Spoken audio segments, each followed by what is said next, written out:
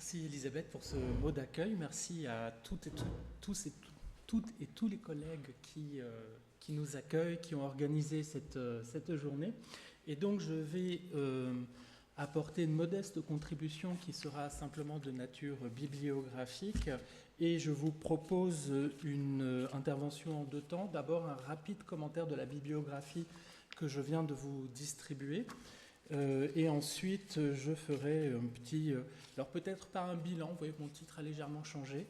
Le bilan était peut-être trop ambitieux, mais en tout cas, je vous proposerai quelques jalons de réflexion sur la critique sur Cligès. Oui, c'est bon. Pour le moment, je ne l'utilise pas. Merci Clotilde. Alors, je vous propose une bibliographie qui est organisée de manière, je dirais, un petit peu conventionnelle. Et j'insisterai peut-être sur certains items. Quelques mots sur la façon dont je l'ai conçu. Vous verrez d'une part que j'ai indiqué par des astérisques des items, des études qui me semblent peut-être plus prioritaires dans le cadre d'une préparation à l'agrégation, ou en tout cas plus prioritaires dans le cadre de la préparation du cours à l'agrégation. Voilà, mais c'est un choix parfaitement subjectif qui relève peut-être d'intérêt personnel, mais il m'a semblé que c'était intéressant de vous les indiquer. Et par ailleurs, dans une autre police, comme vous le voyez, j'ai essayé autant que faire se peut, dans le temps qui m'était imparti, de vous proposer des petits résumés qui valent ce qu'ils valent. Pour certains, je le mentionne, hein, il s'agit de reprise des résumés ou de résumés qui se trouvent au début des articles. Et quand je vous embête, quand vous publiez dans Perspective médiévale pour avoir un résumé de votre article, c'est à ça que ça sert. Et c'est extrêmement utile. Et tantôt, c'est moi-même qui ai fait des petites synthèses, mais il me semblait que c'était utile pour utiliser cette bibliographie et pour y circuler. Alors, pour commencer, tout d'abord des outils bibliographiques. Cette bibliographie, je l'ai conçue de manière non exhaustive, même si elle tend un petit peu à l'être. Et j'ai utilisé pour cela un certain nombre d'outils, dont ceux qui sont là, item 1.1, les outils bibliographiques, donc les deux ouvrages de Douglas Kelly, An Analytic Bibliography de Chrétien de Troyes, et puis évidemment le bulletin bibliographique de la Société internationale arthurienne qui, je vous le signale, est en ligne pour les années 2015-2022. Voilà, je vous ai mis l'adresse qui n'est pas très évidente à trouver, c'est pour ça que je vous l'ai indiqué. Très utile, à mon sens aussi, les bilans historiographiques qui, certes, s'ils sont pour la plupart plutôt anciens, le plus récent est de 1996, sont extrêmement utiles, je dirais, pour circuler dans la pensée critique autour de Cligès, et je vous signale en particulier le très utile panorama que Perny Krogh propose dans son ouvrage Chrétien de Troyes, romancier discutable, qui est véritablement une histoire de la réception de Chrétien de Troyes depuis le Moyen-Âge jusqu'au moment où il écrit. Et ça permet d'avoir très vite une vision synthétique de la réception critique de Chrétien de Troyes. Pour le reste, ensuite, le deuxième point, Cligès, manuscrit, édition, lexique. Bon, là, j'ai compilé des données que tout le monde connaît, que vous trouvez dans les introductions et sur Arlima, la liste des manuscrits de Cligès, une liste d'études de ces manuscrits qui m'a semblé intéressante. 2, 1, 3, Cligès dans son contexte manuscrit. Il y a quelques études qui sont très intéressantes du point de vue à la fois codicologique et du point de vue de la réception à travers l'étude des manuscrits. Une curiosité, c'est cette image que vous avez là, qui est une illustration du roman de la Poire, en fait, et non pas d'un manuscrit de Cligès, mais que vous connaissez, puisque c'est elle également, en tout cas l'image du bas, je crois, qui illustre le lettre gothique, hein, la couverture de lettres gothiques. Et vous en avez une étude assez intéressante de Véronique Guillaume dans la revue Histoire de l'Art. Une recension des éditions complètes de Cligès. Je vous signale que sur le corpus BFM, vous avez l'édition de Pierre Kunzmann qui est en ligne, donc très pratique pour faire une recherche par mots-clés. Et les fragments des bilans éditoriaux. Et 2, 3, je vous le signale, un lexique de Cligès, extrêmement utile. Il fonctionne par champ notionnel pour la question de langue et la question du lexique. C'est un classement de tout le lexique de Cligès. Alors, d'après l'édition Forster, néanmoins, ça reste très utile pour le cours de langue. Certes, il est en allemand, mais aujourd'hui, il y a des outils qui permettent de très facilement traduire l'allemand en ligne, donc je me suis permis de vous l'indiquer, et vous verrez d'ailleurs que ma bibliographie est multilingue. Je passe sur le troisième point que j'ai conçu plus par scrupule que par souci véritable de vous donner une bibliographie à jour sur la littérature courtoise, le roman médiéval, le roman arthurien. Vous voyez que ce sont des puits bibliographiques sans fond, donc j'ai mis vraiment de façon très conventionnelle des études un petit peu classiques. Je dirais que c'est peut-être plus pour des indications pour les étudiants qu'autre chose. Et j'en arrive à mon point 4, les études générales sur Chrétien de Troyes et sur Cligès. Alors, vous avez là un ensemble d'ouvrages, c'est le point 4.1.1 des approches générales sur Chrétien de Troyes, dans lesquels vous avez en général un chapitre consacré à Cligès que j'ai mentionné, dont j'ai indiqué la page lorsque j'ai eu le temps de le faire. Et vous avez là... Alors, il faut bien dire que, je vais le redire tout à l'heure, la critique sur Cligès de ces 20 dernières années, c'est essentiellement une critique anglo-saxonne. C'est-à-dire que c'est la bibliographie anglaise qu'il faut lire, elle est très intéressante, mais on ne s'en sort pas d'une bibliographie récente si on ne lit pas les ouvrages en anglais. Et je vous dis cela parce qu'il y a des ouvrages de synthèse sur Chrétien de Troyes qui sont très bien dans le domaine anglo-saxon. Ça y est, je me suis perdu dans ma bibliographie. Par exemple, le premier, A Companion to Chrétien de Troyes, qui peut sembler, étant un compagnon, être un ouvrage simplement scolaire destiné aux étudiants. En réalité, non. Il n'y a que des articles de critique vraiment à la pointe dedans. Je vous signale dans le point 4.1.2, j'ai mis à part ces 4 items de Corbellari, Pont-Bournet, Stanesco et l'ouvrage collectif dirigé par Zrinka, Stauliak, Virginie Green, Saraquet et d'autres, des analyses qui sont véritablement, je dirais, des études qui synthétisent ou qui manifestent la modernité de Chrétien de Troyes sur le plan romanesque, en tout cas en ce qui concerne l'article de Corbellari et l'article de Stanesco. Et je crois que sur le plan méthodologique et critique, tout ce qu'il y a de plus neuf et de plus récent va se trouver dans le Thinking Through Chrétien de Troyes de Zrinka Stauliak, que je vous recommande vraiment vivement. C'est absolument incroyable de renouvellement des perspectives sur Chrétien de Troyes. Je n'ai pas trop le temps de développer, mais je vous le signale. Sur auteur, lecteur, oralité, l'article de Richard Traxler que j'ai mis en astérisque ne parle pas spécifiquement de Cligès, mais me semble être une excellente mise au point sur les questions d'oralité et de littérarité et de performance textuelle. Alors, on en arrive avec le point 4.2, je dirais, au cœur de la machine agrégative. Je crois que vous avez là, avec ces essais et synthèses sur Cligès, véritablement ce qu'il faut lire pour commencer un cours sur Chrétien de Troyes. J'ai mis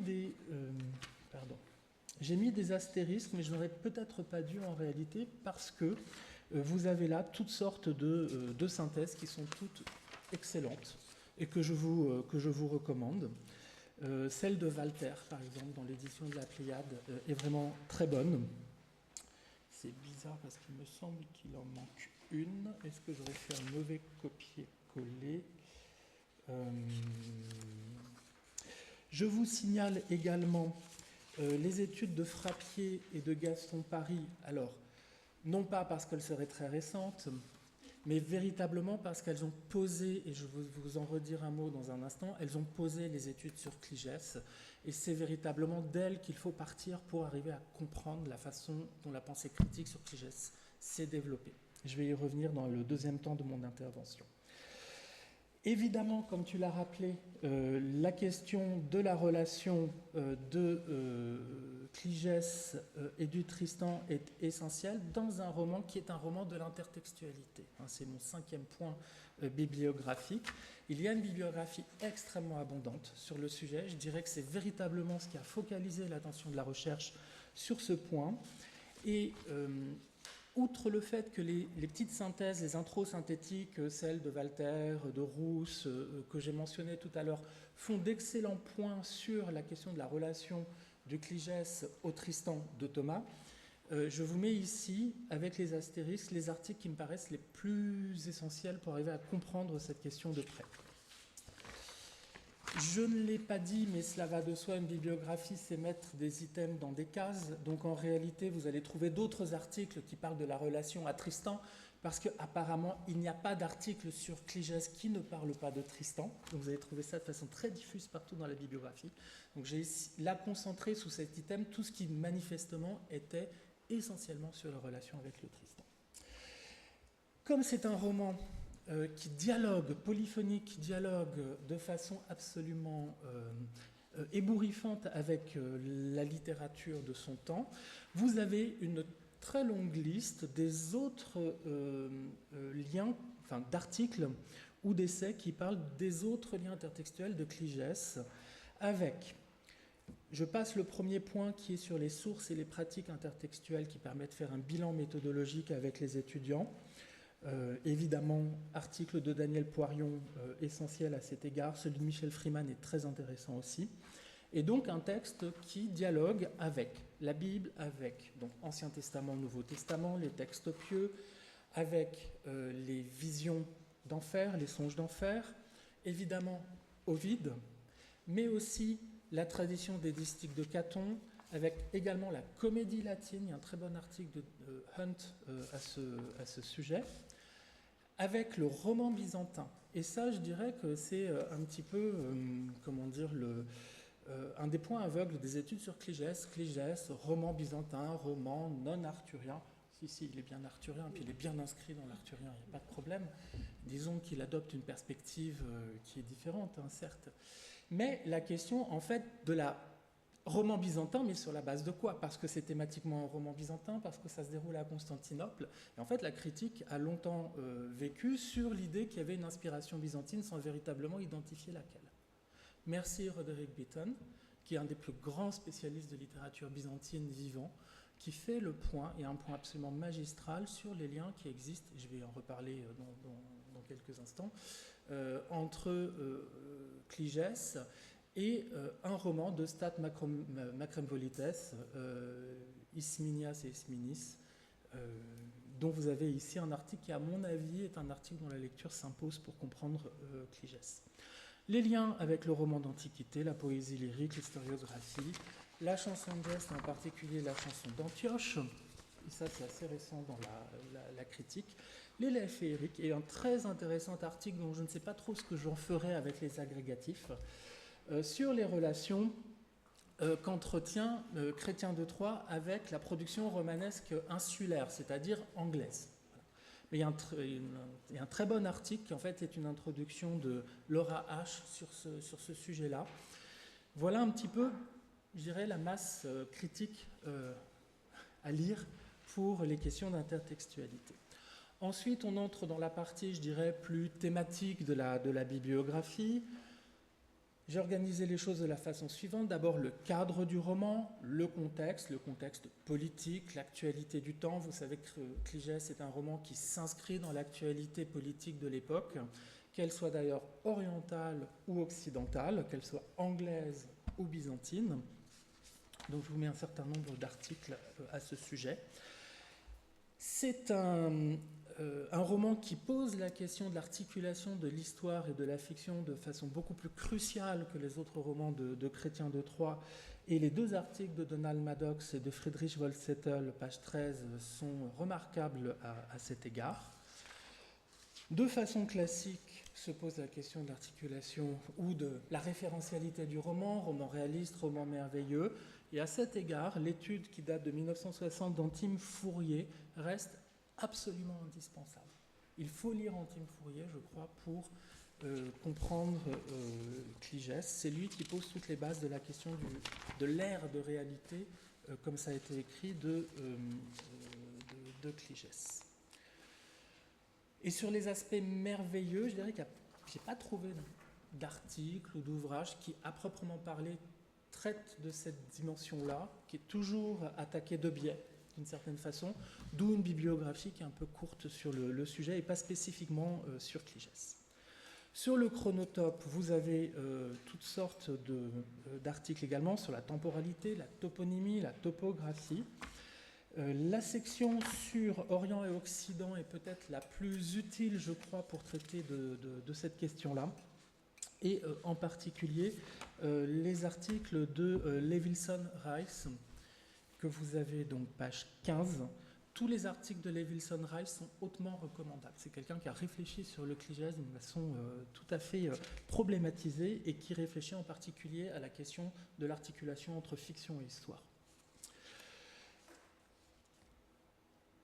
Deuxième, je dirais, gros sujet critique sur Cligès, après la relation à Tristan, la structure.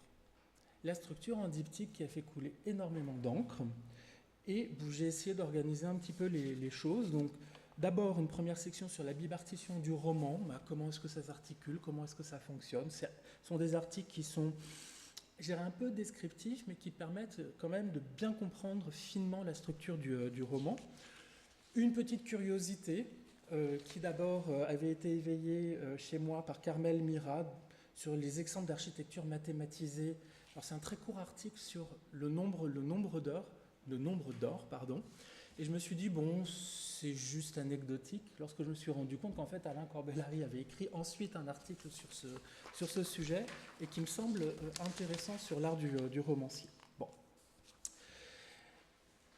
Cette structure, on a pu lui accorder, cette structure double, on a pu lui accorder des valeurs extrêmement différentes. J'ai proposé également de regrouper dans la section 5.3.3 les articles qui interprètent cette bipartition.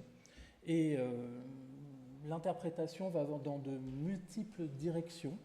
Si vous lisez les articles de Volt Settle, qui a beaucoup écrit sur cette question-là, vous aurez plutôt des analyses qui concernent le lien, encore une fois, de l'histoire et de la fiction, et de la façon dont ça s'articule dans le diptyque du Cligès. Je vais essayer d'avancer, je vais aller vers mon point 5.4. Troisième grand thème critique qui a préoccupé la critique, le prologue et la translatio, évidemment. Et là, je vais aller relativement vite parce que je vais en reparler dans un instant. Sur le système des personnages, des éléments sur la fabrique des personnages, on est page 19. Il y a assez peu d'articles sur Cligès. De toute façon, à mon sens, c'est pas un roman d'homme, c'est un roman de femme, Cligès. Voilà. Donc, en revanche, des articles sur Phénice, il y en a pas mal. Sur Thessala aussi, ils sont beaucoup plus intéressants que ceux sur Cligès, me semble-t-il. Sur Guenièvre, sur les médecins de Salerne, et puis sur les liens de parenté. Quelque chose de beaucoup plus classique ensuite sur les systèmes de valeurs, donc amour, mariage, genre et sexualité. J'ai rien de particulier à en dire. Deuxième autre point sur chevalerie, guerre, violence et ruse. Et enfin, une dernière partie sur l'écriture, sur le style, la rhétorique et la poétique. Bon. Alors, j'ai bien conscience que c'est assez volumineux comme bibliographie, mais j'ai essayé de hiérarchiser un petit peu les informations. Il me semble que, même si je n'ai pas mis absolument tout ce que j'ai pu trouver, vous avez là largement de quoi faire un cours d'agrégation et vraiment l'essentiel de ce qu'il faut avoir lu. Alors, je vais en venir maintenant donc à un commentaire peut-être moins linéaire et fastidieux de cette bibliographie, quoique extrêmement rapide et pas forcément très approfondi. J'aimerais donc vous fournir un panorama critique de ce qu'on a pu écrire sur Cligès, et pour cela, je vais tisser trois fils, les trois fils que j'ai soulignés dans ma présentation, c'est-à-dire la question du rapport au Tristan. Je trouve assez fâcheux que la question soit toujours ainsi formulée. C'est plutôt la question de Phénice face à Isote qui est importante, je crois. Oui, il y a une question d'histoire littéraire, on en est bien d'accord, mais derrière la question d'histoire littéraire, il y a des enjeux qui ont été assez largement occultés, que la critique récente tend à, je dirais, à extraire je dirais, la question de l'histoire littéraire. Deuxième question, la question de la translation. Et troisième question que je vais filer, la question de la composition en diptyque du roman. Et comme je vous le disais, on assiste, et ça Gustave Cohen le soulignait dans un article de 1945 de la Revue du Moyen-Âge latin, qui était intitulé Progrès des études médiévales aux États-Unis. Il y a un mouvement de translatio critique qui s'est opéré de l'Europe vers les États-Unis. Non pas qu'en Europe on ne travaille plus sur Cligès, mais très clairement, ces 30-40 dernières années, la critique sur Chrétien de Troyes est quand même plus fortement polarisée du côté des États-Unis. Alors, quand commence, première période parfaitement arbitraire dans son découpage, premier moment, je dirais, de la critique sur Cligès, 1884-1968. Pourquoi 1884 ? C'est l'édition, la première édition critique de Cligès, l'édition de Wendelin Förster. Oh, c'est flou. Il faut...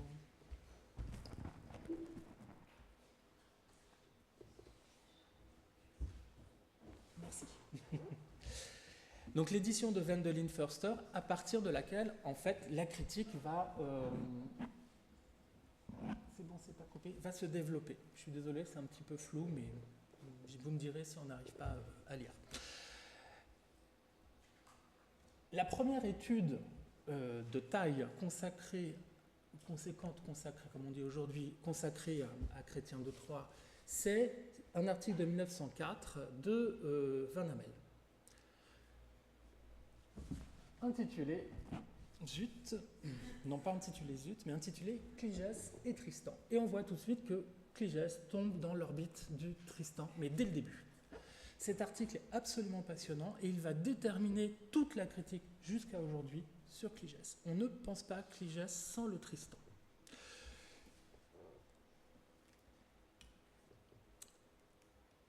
Van Hamel va faire donc du Cligès un anti-Tristan.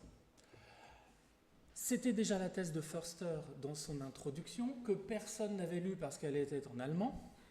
Van Hamel, lui, néerlandophone, l'a lu, et c'est lui qui passe en réalité les thèses de Förster en France. Et la thèse de Förster voulait que Chrétien eût été un auteur très moral, qui aurait voulu racheter l'ouvrage frivole qu'il aurait écrit lui-même dans sa jeunesse sur Tristan et Isote. Vous savez, c'est cette hypothèse d'un Tristan de Chrétien de Troyes, hypothèse qui aujourd'hui ne tient plus, mais qui pendant très longtemps a alimenté les spéculations sur l'œuvre de Chrétien de Troyes. Et dit Van Hamel, il s'agirait d'une commande officielle, je ne sais pas du tout d'où il tire cette idée, pour une nouvelle composition qui serait plus conforme au goût du temps. Voilà. Alors, cette image d'un Cligès comme d'un anti-Tristan, comme je vous l'ai dit, elle court tout au long de la critique sur Chrétien de Troyes, et Frappier, dans son ouvrage Chrétien de Troyes, l'homme et l'œuvre, synthétise dans un passage célèbre ce positionnement multiple qui a pu exister face au Tristan. Ce roman a été conçu comme une réponse au Tristan. Celui-ci a été transformé, presque donnée par donnée, et orienté dans un sens nouveau, compatible avec les valeurs courtoises. Ce serait au contraire la version de Thomas, composée probablement entre 1170 et 1171, qui aurait suscité Cligès par contre-coup, donc l'idée d'une œuvre en réaction. Des raisons complexes intervenaient. Alors, bon, c'est Frappier, ça vaut ce que ça vaut, mais voilà comment on recevait Cligès en 57. Une inquiétude de moraliste, et l'idée que Cligès est une œuvre morale va durer très longtemps dans la critique. Le point de vue d'un psychologue, le léger agacement causé par le succès d'un confrère, bon là il y a peut-être de la projection, je ne sais pas, Chrétien aurait alors senti le besoin d'une riposte totale, cette fois pour en finir avec Tristan et Isote. Ainsi s'expliquerait le caractère très spécial de Cligès et de sa composition, c'est-à-dire que la structure en diptyque, en fait, ici, le sous-entendu, c'est qu'elle est calée sur le Tristan, c'est-à-dire un roman qui parle d'abord du père et ensuite du fils, sorte de contrepoint paradoxal, d'où en même temps la gratuité et la saveur de ce roman, qui a donc un côté artificiel, c'est une réponse. Anti-Tristan affirme certains, donc c'est Forster, c'est Van Hammel, c'est Gustave Cohen qui affirment cela. Hyper Tristan réplique d'autres, je commente ça dans un instant, mais pourquoi subtiliser? Cligès est un anti-Tristan par une évidente intention polémique et un hyper-Tristan par un effort non moins manifeste de dépassement. Le mieux est de le considérer comme une version revue et corrigée, un néo-Tristan. Et j'adore ce passage parce que Frappier dit qu'il ne faut pas subtiliser, mais quand même, il en rajoute une couche en disant c'est un néo-Tristan, c'est un nouveau Tristan. Alors certes, il décale le point de vue, il propose une autre lecture, néanmoins, avec ce jeu sur les préfixes, il dit ben voilà, il y a de l'anti, il y a de l'hyper et il y a du néo. Bien, si l'un d'entre vous, l'une d'entre vous me dit qui a parlé d'un hyper Tristan, je suis preneur. Parce que c'est Frappier qui l'utilise ici, malicieusement et ironiquement. Il dit il y a un hyper Tristan. Moi, je ne connais pas d'ouvrage critique qui parle d'hyper Tristan. J'espère que je ne me suis pas trompé. Et je pense qu'en fait, c'est de manière malicieuse lui qui ajoute cette couche-là pour, dans une espèce de mouvement en 3 parties, anti, non, hyper, non, allez, synthèse, néo. De façon très, très dialectique. Voilà. Il n'y a pas d'hyper Tristan. Mais c'est pour lui aussi une manière de se positionner sur le plan critique par rapport à Cligès. Alors, cette image d'un roman très moraliste, elle va perdurer très longtemps, je vous le disais.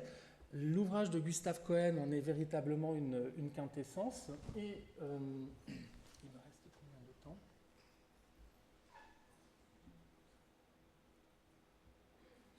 Je n'ai pas regardé à quelle heure on avait commencé. Bon. Le passage est un peu long, il y en aura un autre un peu long après, mais je vous promets, ce sera le seul. Voici ce qu'écrit Gustave Cohen. Moi, j'adore ce passage parce qu'il il met vraiment en avant la façon dont Cligès a pu susciter des formes de passion critique, parce que justement, c'est un roman de la sexualité, c'est un roman de l'adultère, et les critiques ont parfois eu des positionnements un peu personnels, on va dire, sur la question. Alors, si vous vous donnez, écrit-il à la femme, qui crie ici, c'est Chrétien de Troyes, voilà, sous la plume de Cohen. Si vous vous donnez, donnez-vous toutes, c'est Chrétien qui parle aux femmes, c'est le moraliste. Mais cœur et corps sans partage, comme Phénice. Mais si la nécessité vous force cependant à épouser un autre que celui vers qui votre être vous précipite, la question de l'adultère, n'acceptez pas d'installer tranquillement l'adultère à votre foyer. Voilà, c'est son résumé de la deuxième partie de Cligès. Pour y parvenir, donc, adultère, mariage, comment on rend ça compatible ? Pour y faire parvenir son héroïne Phénice, Chrétien est obligé de recourir au suprême artifice des romanciers embarrassés, le philtre brassé par Thessala. Une fois ensevelie dans la tour de Jean, étant morte au monde des vivants, Phénice peut, dans sa chambre souterraine, pareil à un tombeau, se donner enfin à son amant. Donc la tour, comme subterfuge qui permet de contourner la question de l'adultère en créant un espace sur lequel, finalement, la société n'a pas droit de regard. La mode entraînait Chrétien vers l'exaltation de l'adultère physique de la légende celte ou l'adultère moral de la poésie provençale. On peut discuter des termes, mais bon. Tandis que par tempérament et par goût, il préférait une doctrine que j'appellerais française, entendant désigner par ce mot la France centrale et septentrionale, avec ce Gustave Cohen qui a toujours une critique qui est très ancrée géographiquement et qui est très Montesquieu aussi, de ce point de vue-là. Et bourgeoise, où l'amour intégral sans partage trouve son plus complet épanouissement dans le mariage. Pourquoi dans le mariage ? Parce que pour Cohen, la situation d'entre-deux dans laquelle sont Phénice et Cligès, en fait, est un moment d'attente du mariage, donc ce n'est pas totalement incompatible. Alors, peut-être la première tendance satisfaisait-elle davantage les femmes mariées. La première tendance, c'est Sordamore. Surtout celle, et puis la tendance provençale, surtout celle que le départ de leur mari pour la croisade avait laissé veuves de cœur et de corps. Les secondes, les jeunes filles qui, très surveillées, ne pouvaient guère attendre que d'une alliance matrimoniale la réalisation de leurs rêves et l'apaisement de leur sens et de leur tendresse. Les unes comme les autres pouvaient trouver leur compte, celle-ci dans la première partie qui concerne Alexandre et Sordamore, celle-là dans la seconde où Cligès finit par conquérir sa Phénice sans violer, du moins selon l'opinion, la loi nuptiale. Donc un manuel de morale pour les femmes mariées comme non mariées. Né en 48. Notre dernière phrase, notre romancier se présente à nous comme un Bourget du XIIe siècle, vous apprécierez la comparaison. D'ailleurs, c'est assez symptomatique à cette époque-là, on a encore besoin de comparer Chrétien de Troyes à des auteurs plus ou moins d'époque, fin 19e, début 20e, pour arriver à le situer dans le panorama littéraire et dans son idéologie, on va dire. Comme un psychologue dont les femmes de l'aristocratie et de la bourgeoisie riche, qui n'ont que trop de loisirs pour nourrir leurs passions adultères ou légitimes, donc là c'est Madame Bovary, font volontiers le confident et le conseiller de leurs rêveries. Voilà quand même le type de commentaires que suscite cette question de la morale amoureuse et de la morale sexuelle dans le Cligès.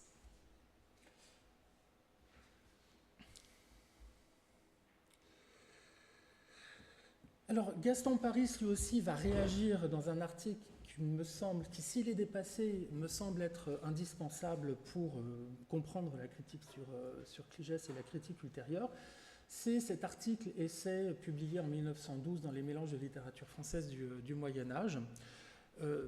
Essais dans lesquels, alors, il parle, et je passe de Cligès comme d'un antique Tristan, mais il parle également des questions de la translatio et de la composition du roman. Et voici ce qu'il écrit. Cligès est celui de tous les poèmes de Chrétien qui a pour nous le moins d'attrait.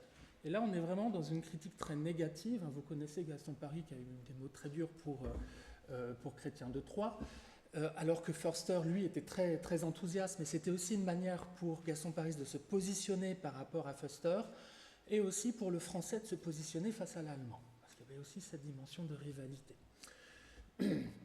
Le style en est particulièrement pénible et maniéré. Les sentiments y sont décrits et exprimés avec une froide subtilité, donc c'est scolaire, c'est contourné, les caractères y sont faiblement ou badalement tracés, c'est pas un bon psychologue. Le vieux motif oriental sur lequel le roman est construit y est peu heureusement altéré dans le détail. Dieu merci, les sources sont sauvées, la tradition est sauve, mais bon, c'est pas le Cligès, c'est une tradition orientale, c'est le conte de la fausse morte, dont il est question ici. Et une introduction inutile et parfaitement ennuyeuse. L'introduction, c'est la première partie, c'est la partie Alexandre et Stendhal, sortie de l'invention du poète qui fait trop attendre au lecteur le vrai commencement de l'action de Cligès. Bah oui, un roman, c'est un héros, forcément. Et donc là, vous voyez qu'on a un jugement sur la composition, on a un jugement également, on le verra plus tard, sur la translatio qui affleure. Cligès mérite cependant d'être examiné de près tant en lui-même et pour l'étude des procédés littéraires de l'auteur que pour la recherche de sa source directe et des formes diverses qu'a revêtues la très ancienne légende qu'il a accommodée à sa grise. En d'autres termes, c'est un roman qui n'a d'intérêt que son inscription dans la tradition littéraire et l'histoire littéraire et pour l'histoire des formes. C'est-à-dire qu'il y a une perspective purement historique qui est jetée, qui est prise en compte par Gaston Paris. Alors, toujours dans cet article, page 268, il dit des choses qui sont également intéressantes à propos de la composition et de la translatio. Le poème de Cligès débute par un prologue intéressant à plusieurs titres. J'ai déjà parlé des 7 premiers vers qui contiennent l'énumération des ouvrages antérieurs de l'auteur, super pour l'histoire littéraire. Vient ensuite l'indication de la source où Chrétien dit avoir puisé son récit, c'est le livre de Saint-Pierre de Beauvais. Indication sur laquelle je reviendrai. Le poète continue par un éloge des livres qui nous transmettent seuls la connaissance du passé, la question de la tradition, et s'en sert comme de transition pour donner à sa manière une esquisse de l'histoire de la clergie et de la chevalerie. Et là, on entre dans le commentaire sur la translatio studi et la translatio imperii, c'est-à-dire de la science et de l'art de la guerre. Ah, c'est un traité de guerre. Intéressant. Qui après avoir eu leur siège, après leur siège commun en Grèce puis à Rome, l'ont maintenant en France, où il faut espérer qu'il restera toujours. Vous voyez, la translatio s'est fixée en France depuis le XIIe siècle et elle a duré jusqu'en 1912, apparemment. En d'autres termes, il y a une lecture également idéologique qui est faite de Cligès et qui est, je dirais, dans la continuité de la rivalité également franco-allemande, parce que vous n'êtes pas non plus sans avoir en tête le fait qu'il n'y a pas que France et Byzance dans Cligès, il y a aussi l'Allemagne. Et que l'Allemagne, le Saint-Empire romain germanique, revendique d'être le terme de la translatio. De ce point de vue-là, Cligès, c'est une manière de contrecarrer l'influence allemande qui est ici reprise plus ou moins clairement par Gaston Paris. Ce passage est extrêmement intéressant. On y trouve une conscience, ou si l'on veut, une affirmation de la double supériorité de la France. Donc, le discours nationaliste est assumé, héritière de Rome et de la Grèce, à la fois pour les armes et pour les lettres. On est en 1912, 2 ans avant 1914. De la double supériorité pour les lettres qui mérite assurément, se produisant au XIIe siècle, d'attirer l'attention. L'idée ne doit pas être de chrétien. Et là, c'est très intéressant. Elle sent son latin. Elle a dû naître et se formuler parmi les clercs parisiens. Il serait précieux de savoir à quelle époque elle remonte. Ben oui, en 1912, le concept de translatio studii n'est pas encore formalisé dans les études critiques. Donc il ne sait pas de quoi il s'agit, Gaston Paris. La première formalisation de cette idée, et c'est en Allemagne que cette formalisation a lieu, c'est 1919, c'est Moritz Ritter, Die Entwicklung der Geschichtswissenschaft, etc., qui va être ensuite reprise en 1958 par Werner Goetz, et en langue française, il faut attendre la... Alors, je ne sais pas exactement quand ça apparaît en langue française, je vous dis une bêtise, j'allais dire ça apparaît avec Curtius, mais non, il est traduit en 1991. Mais je dirais que la vulgarisation de l'idée et son application à la question des lettres médiévales, c'est quand même Curtius, c'est 1948. D'accord ? Donc, la translatio studi et la translatio imperi, ce sont des notions qui apparaissent dans le champ critique assez tardivement, je dirais.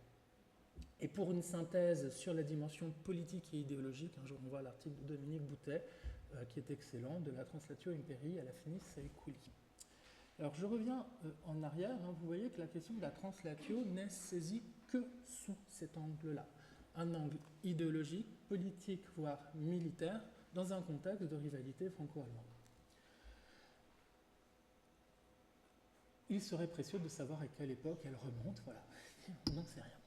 Après ce prologue, le poète entre en matière. Cligès est composé comme plus d'un roman du Moyen-Âge. Intéressant. Le thème choisi ne suffisant pas à fournir un récit assez étendu. Comme il n'avait pas assez de matière, on a un petit peu rajouté, Chrétien. Les romans devaient avoir au moins 6 à 7 000 vers. Donc dans la classe d'atelier d'écriture, c'est la contrainte formelle entre 6 et 7 000. C'est intéressant de voir aussi comment on pense Chrétien de Troyes à cette époque-là, et que finalement la compréhension de la composition provient d'une contrainte imaginaire, et n'arrive pas à penser de l'intérieur, en fait, le diptyque de Chrétien de Troyes. Et ça va bloquer pendant très longtemps les études sur Chrétien et sur Cligès. Donc, comment on fait? Les romans, le poète l'allonge en introduisant des épisodes qu'il invente. C'est quand même le principe du romancier, mais bon. Soit en lui donnant pour préambule l'histoire du père de son héros, Chrétien, et voilà, il s'est servi des deux moyens. Bref, il faut attendre le vers 2383 pour qu'enfin on lise « Né et Cligès ». Ah, ça commence. Il est né. Alors, je vais avancer un petit peu plus vite. Donc là, c'était les passages un petit peu longs. Tout ça pour dire que quand on arrive autour des années 20, on a quand même de Chrétien de Troyes, la critique a de Chrétien de Troyes une image assez contrastée, plutôt négative. Voici ce qu'en dit Lançon dans son Histoire de la littérature française. Ce champenois avisé et content de vivre était l'homme le moins fait pour comprendre ce qu'il comptait.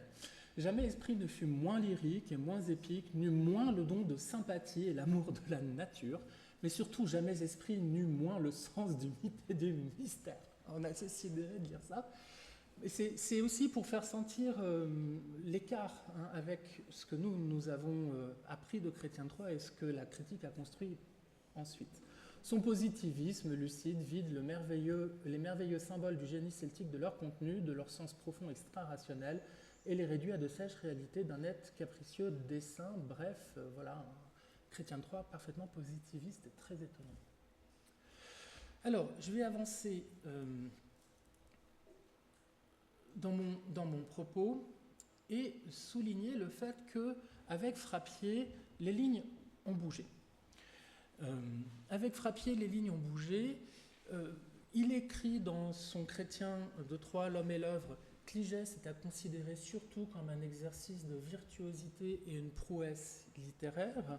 Alors certes, si le roman est réduit à un exercice de style, il n'en est pas moins un exercice de virtuosité, et c'est avec Frappier que la reconnaissance esthétique de l'art littéraire de Chrétien de Troyes émerge véritablement dans les études françaises sur Chrétien de Troyes.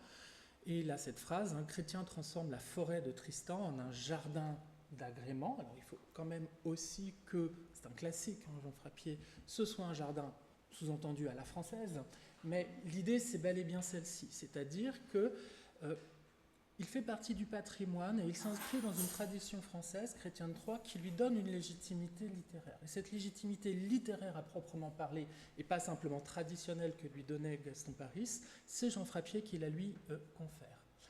Frappier va d'ailleurs souligner toutes les ambiguïtés, les impasses diégétiques, les ambivalences de Cligès, qui sont, dit-il, des défauts qui ont conduit à toutes sortes d'artifices. Alors, c'est un jugement négatif, mais il n'empêche que c'est aussi Jean Frappier qui voit bien à quel point la question de l'artifex est au cœur du Cligès de Chrétien de Troyes.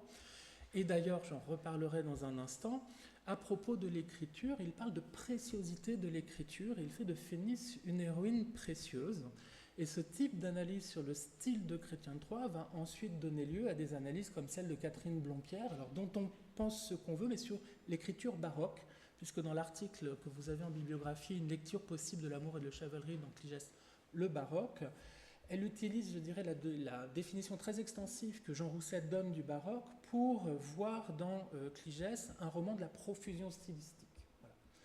En tout cas, Frappier, c'est le point de départ de la réflexion stylistique sur Chrétien de Troyes. J'espère que je ne dis pas de bêtises, Daniel. Mais, et dans son cours de la Sorbonne, il y a véritablement, me semble-t-il, pour la première fois, des analyses extrêmement précises et intéressantes sur cette question-là. Alors, pourquoi 1968 Parce que c'est la publication de l'ouvrage de Haïdou sur l'ironie chez Chrétien de Troyes. Et l'ouvrage de Haïdou, c'est un ouvrage qui va donner une distance et un recul critique à la réflexion sur Chrétien de Troyes.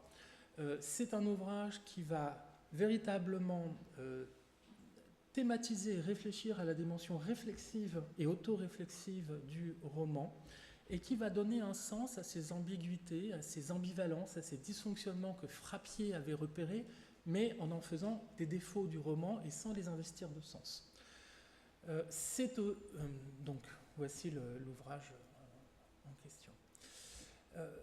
Avec l'ouvrage de Haïdou, Chrétien de Troyes est devenu un romancier discutable, pour reprendre le titre de Pernucrog de son ouvrage de 1996.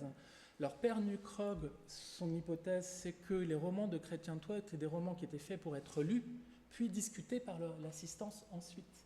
Mais cette dimension, je dirais, polémique ou qui donne lieu à des commentaires, eh bien c'est à ce moment-là qu'elle apparaît et que Cligès devient véritablement le point de cristallisation de ce Chrétien de Troyes discutable, c'est-à-dire qui donne à réfléchir, qui est polémique et qui est loin d'être aussi monovalent, je dirais, que jusqu'à présent, et maladroit que jusqu'à présent la critique le disait. Il y a donc un tournant dans les études critiques, autour de la question de l'ironie, autour de la question de la parodie aussi. Alors j'ai bien conscience que ce ne sont pas du tout, ou pas exactement les mêmes procédés. Néanmoins, les deux approches, l'approche ironique et l'approche parodique, sont des approches qui instaurent une distance à la fois de la critique avec l'œuvre, mais qui aussi réalisent que Chrétien de Troyes lui-même avait un regard distancié sur sa propre production.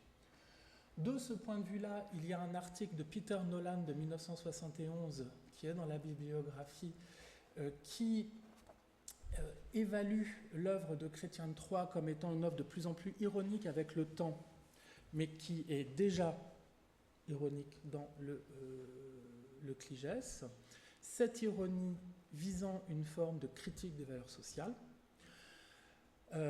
En 1974, Paul Lonegan, dans The Cligès and the Tristan Legend, vous voyez, tous les titres se ressemblent, cette fois-ci étudie le traitement ironique de la légende de Tristan. Et je pense que c'est un des premiers articles qui synthétise la question du regard ironique que Cligès porte sur Tristan. Et puis je vous signale également l'article de John Grimbert, Cligès and the Chanson, A Slave to Love, qui également parle du traitement ironique des amants. Et là, la question du point de vue du narrateur, mais aussi le point de vue de la valeur des discours des personnages par rapport à la valeur du discours du narrateur est intégrée véritablement à la réflexion sur le sens de Cligès.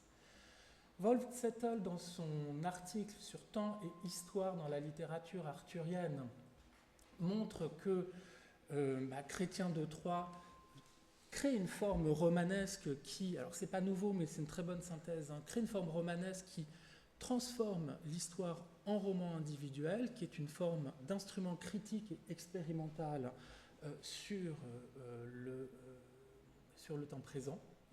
Et de la même façon, l'article de Donald Maddox, Pseudo-Historical Discourse in Fiction, étudie la construction dans Cligès d'une référentialité pseudo-historique, la subversion de l'histoire dans Chrétien de Troyes, qui lui semble être une réflexion critique sur le temps présent. Un deuxième ouvrage me paraît être un tournant extrêmement important, outre celui de Haïdou, c'est l'ouvrage de Michel Freeman, The Poetics of Translatio Studi. Ouvrage donc publié en 1979 qui a reçu un accueil critique absolument détestable. Jeannette Beer et Donald Maddox ont écrit des comptes rendus absolument affreux sur cet ouvrage. Et c'est un bel exemple d'un ouvrage qui a été très mal reçu et qui finalement a été fondamental ensuite et qui a été réapprécié par la suite. Alors, effectivement, c'est un ouvrage qui n'est pas dénué d'un certain nombre, je dirais, de défauts méthodologiques, notamment en termes argumentatifs. Et c'est plus par l'argumentation que par les thèses et les intuitions de lecture. Je ne sais plus comment j'ai commencé ma phrase. Bref, l'intuition et les thèses sont plus importantes que l'argumentation. Et en effet, il faut laisser ce point-là de côté. Mais il n'empêche que Michel Freeman va considérer Cligès comme une expérience autoconsciente de l'écriture romanesque qui narre une histoire qui se commente elle-même. Et cette dimension autoréflexive, c'est elle qui la thématise, et c'est également elle qui va repérer dans le texte toutes sortes de formes-sens qui aujourd'hui sont rentrées, je dirais, dans la vulgate sur Cligès, la tour de Jean qui est sans jointure, qui est une image de la conjointure, etc. Et c'est là. Et c'est là que ça commence. Et c'est elle qui va ouvrir le champ aux analyses, je dirais, plus formelles et formalistes sur Chrétien de Troyes qui vont relancer les études sur ce roman. De la même façon, on a un mouvement de réévaluation du sens de la translatio. De ce point de vue-là, je vous recommande l'article de Venetia Bridges, B-R-I-D-G-E-S, qui se trouve dans la bibliographie de 2018, qui montre, alors c'est dit avant elle, mais elle le synthétise bien, qui montre que le mouvement de la translatio de l'Est vers l'Ouest est loin d'être si net que c'est le cas dans le prologue. Quand on compare le prologue et son inexorable mouvement vers l'Occident, et quand on regarde ce que fait Chrétien de Troyes, on se rend compte qu'il y a une discordance très nette entre ce qui est dit dans le prologue et ce que fait le roman. Et dans cet article, Venetia Bridges réévalue les conséquences de ce fait pour les liens de Cligès avec la tradition et le matériau hérité. C'est-à-dire que c'est une réévaluation également des liens intertextuels et de la tradition qu'entretient Cligès avec la littérature de son temps. On a des personnages qui viennent en Orient, en Occident, et elle montre bien que Phénice refuse les modèles antiques, les modèles bretons, et que le modèle qui est Constantinople est un modèle ambigu, cité à la fois chrétienne et orientale, qui est un lieu concurrent de la cour arthurienne. Voilà, c'est un bon exercice de synthèse. Bref, il y a un brouillage entre l'Est et l'Ouest dans Cligès, et ça, un article de Christine Ferlampin, d'Est, d'Ouest, aussi montre bien à quel point le mouvement de retranslation vers l'Est est compliqué à comprendre, et que là, il y a un nœud problématique qui avait été complètement négligé par la critique auparavant. En ce qui concerne maintenant la composition en diptyque du Cligès, bon, je vous renvoie, je l'ai dit tout à l'heure, je vais passer vite parce que le temps passe, aux articles de Waldzettel. Alors, il y en a un qui est en allemand, qui s'appelle Doppelweg-Biographie, mais qui est indispensable, donc ChatGPT pour le traduire. Et puis, un excellent article aussi, Cligès, roman épiphanique, hein, qui réfléchit à la question de la structure et la valeur de la structure au prisme de tous ces acquis formalistes et distanciés. La question de la parodie est également au cœur de la réflexion durant ces années. Vous avez un article de Katharina Holzermeyer, Le mythe d'Arthur, la royauté et l'idéologie, qui montre comment tous les topoi sur le roi Arthur sont subvertis et réélaborés. L'article de Owen, Profanity and its